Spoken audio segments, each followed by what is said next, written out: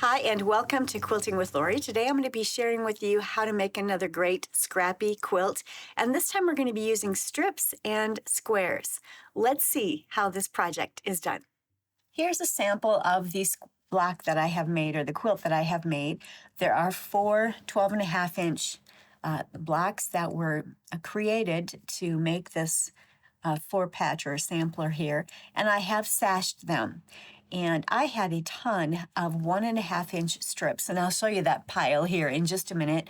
And I also had a lot of 4.5-inch squares. And I decided as I put this together, I was going to use the red as the focus fabric, if you will. It's sort of the color that is giving some unity to all of the blocks, because this is a very scrappy quilt. So each of these 12.5-inch squares are made with some log cabins, and I'm going to show you how to make those very simple log cabins. And you'll notice that the inside square on each of my log cabins is a little red square. The inside square on my 9-patch is a red square, and they're not all the same. It's just a red that I found in my stash. And then I'm using various 4 patches as I put together the 9-patch of the whole block. So there's 5 4.5-inch squares, one which is red in every one of these 12.5-inch squares. And then, of course, there are 4 log cabins. So this is a very scrappy log cabin, a very scrappy quilt. You're using a lot of your strips. You're using a lot of your squares. I put this together with the log cabin so that it actually squared up to 4.5 inches. These are all 1.5-inch strips, and that squared up to 4.5 inches before it was put into the quilt. Hence, I grabbed 4.5-inch squares that would match that to be able to put it together in the block. Another thing that I did is I continued using the little red squares in the sashing. So there's cornerstones in all of the sashing. And I wanted to actually sash all of these because I still had I've got a lot of 1.5-inch strips to use. You could sash yours in a dark color, a light color, whatever you have a lot of. My goal is to use my scraps, and I want to make some fun and beautiful quilts in the process.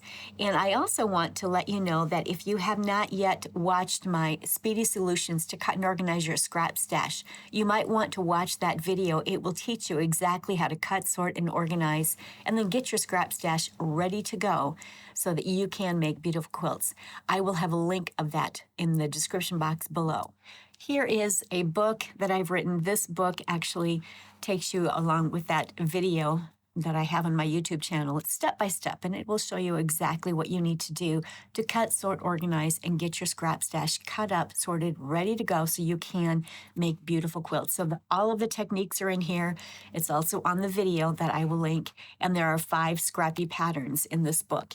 This is a corresponding Scrappy Speedy Solutions patterns book, and in here there are an additional 12 scrappy patterns. Many of them I've already have some YouTube channels showing you how. I've demonstrated how to make each and every one of the blocks for these quilts. So it's a really fun set to have. I will have this linked in the description box below. It's out on my website, so take a peek if you're interested in taking a look at that. So the first thing we're going to do is start by making the little tiny log cabins. And we're going to have the red. In my case, I've chosen to have the red. You can have any colors you want. This can be as scrappy as you want it to be. Or maybe you prefer a controlled scrappy. Maybe you want to control what the colors are in all of this. And that is your preference. Have fun with it. Make it something that you will love. So I've started here with my 1.5-inch red squares, and I have a 1.5-inch strip. It's a light strip. And I'm simply laying these 1.5-inch squares along the edge of that. And I'm going to take it to my sewing machine, and I'm going to sew a 1/4 inch seam allowance right there. And then I'm going to flip it open and press it toward the dark. I'm going to do that. I'll bring it right back, and then I'll have it cut apart as well. So here it is. I've finished it, and I'm going to go ahead and just cut it apart. You can certainly use your rotary cutter and square up each of these as you go. I am being a little bit more relaxed in how I'm doing this. I'm just going to cut each of them apart. This will go in my crumbs. and I'll use that in a crumb quilt. And then I'm going to simply finger press all of these to the red, to the dark here. And once I've done that, then I'm going to get it ready for the next square. And hopefully you can see that right here. Let me move this down. I want to make sure that you can see this. So here's what we're working on right now. So the next thing we're going to do is we're going to get all of these ready. And I like to lay them at my sewing machine in the way that I know the next log, because these are log cabins, the next log will be sewn. And I want my logs sewn to this side of the next row. So I'm going to lay and that's going to be the log color. So what I'm going to do when I get up to my machine is I'm going to flip them upside down. I will sew here, flip it upside down, continue sewing, flip it upside down, continue sewing, flip, and sew. So I'm going to take this to my machine. I'm going to sew all the way down there, and then I'm going to cut it. I'm going to subcut it again. I'll bring it right back and show that to you. So I've just finished sewing this, and now I'm going to simply subcut it apart.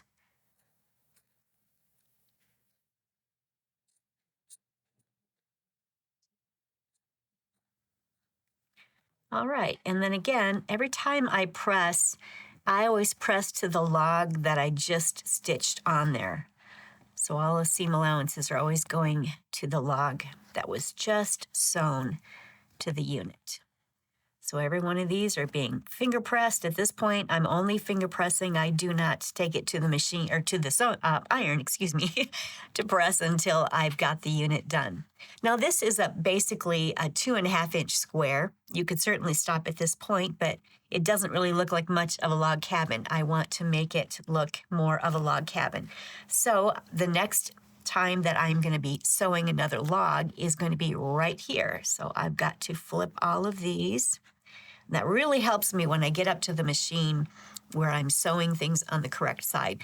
We're never going to sew around these parts of this red square. They are going to be the corners of the unit. So we want to make sure that we don't sew on this side or on this side. So we're going to attach the next log right there. Let me grab a light color and I'll bring it right back and I'll show you what I'm going to attach. I'm going to go with this light pink.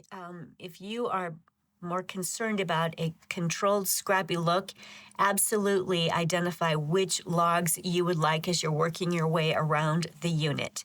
So I have these laying out here. My next log has to be sewn to this side, so I'm going to do the same thing. I'm going to take this unit, flip it upside down.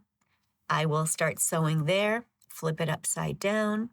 I'll continue sewing, continue sewing, continue sewing. So I'm going to take this to my machine and sew that. This just helps me to keep everything correct. Otherwise, I ended up having things all cattywampus. I would have some things sewn this way and some sewn that way on this log, and that became very frustrating having to rip everything out. So this is just a way that it helps me to make sure that every portion of the log cabin is stitched on there correctly. So I've just finished stitching the pink log. I'm finger pressing it right now. And as I mentioned, we're never going to sew around the red portion of this block. We're only making the log cabin extend off in that direction from each of these centers. So that means I will turn these little logs this direction, and the next log that I attach is going to go across here. And again, I will take this and flip it upside down, flip this upside down, and upside down. And I will sew a 1/4 inch seam allowance all along there, and I'll bring it back in just a moment. So I have finished the green log and I've cut them apart and finger pressed them. These units can be squared up at this point to 3.5 inches. So each of these can be squared up to 3.5 inches. Let's say you have 3.5-inch squares, a lot of, and you'd really like to use some of these 3.5-inch squares. So you could certainly use this smaller log cabin with your 3.5-inch squares, you would end up with a smaller block when it was finished. But you can use any size, really. If you started out with 2.5-inch strips, then you would obviously be squaring those up, take measurements as you're going along and adding your logs, find out what that squared up size would be, and then use scraps from your squares. And in my case, I've pulled my 4.5-inch bin because I'm using 4.5-inch squares that I am matching up to my log cabins.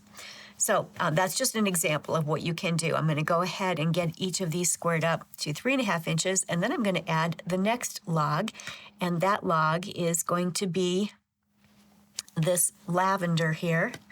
Again, I want to make sure that I'm always stitching on the correct side. I never want to stitch on either side where the red square is.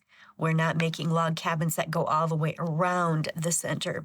That center has to stay up in the corner, and we are making our log cabin extend off in that direction.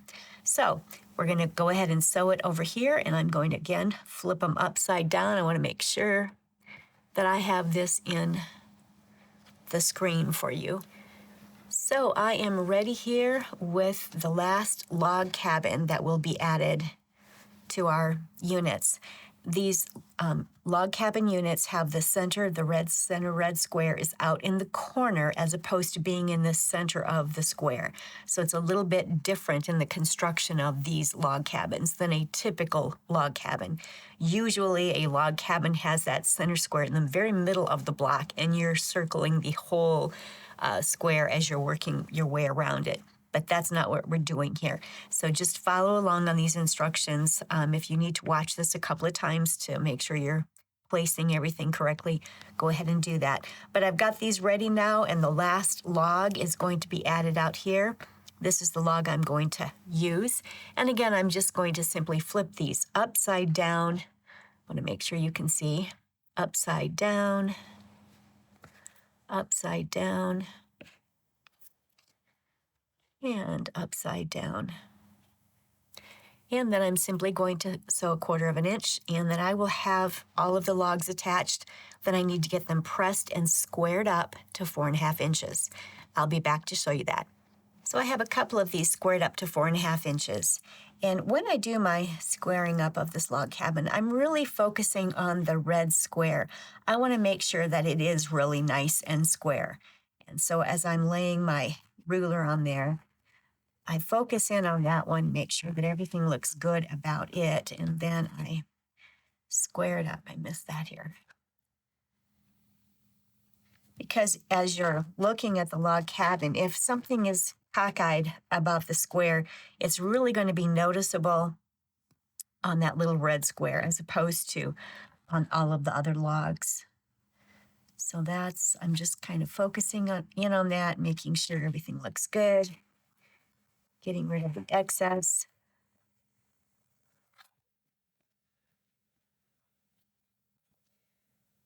And I'm just making sure each and every one is 4.5 inches. All right, so now these are ready to be added to the block. Then I went into my 4.5-inch bin, and I've grabbed some squares. And this might be where you want a little bit more control. Maybe you want all of these to be light. Maybe you want all of these to be dark. Whatever you choose, I am just letting it be very scrappy. My goal is just to use up my scraps, and I'm really not too concerned about whether it's light or dark, etc. So that is what I'm doing here. And I'm going to go ahead and web this block together. We'll sew it in 3 rows of 3 columns, and then it's going to be pressed and squared up to 12.5 inches. I have been trying to press my seams toward the centers as much as possible, away from all of the log cabins, because there's a lot of seam allowances there. So if I press everything toward these center squares, it just lays much nicer. So let me get that done. I'll bring it back in just a second. So here is the block. It is constructed. It's not yet squared up to 12.5 inches. I need to do that yet. But I have pressed it. I've tried to press everything toward the plain fabrics and away from the log cabins. I need to repress that so it lays better.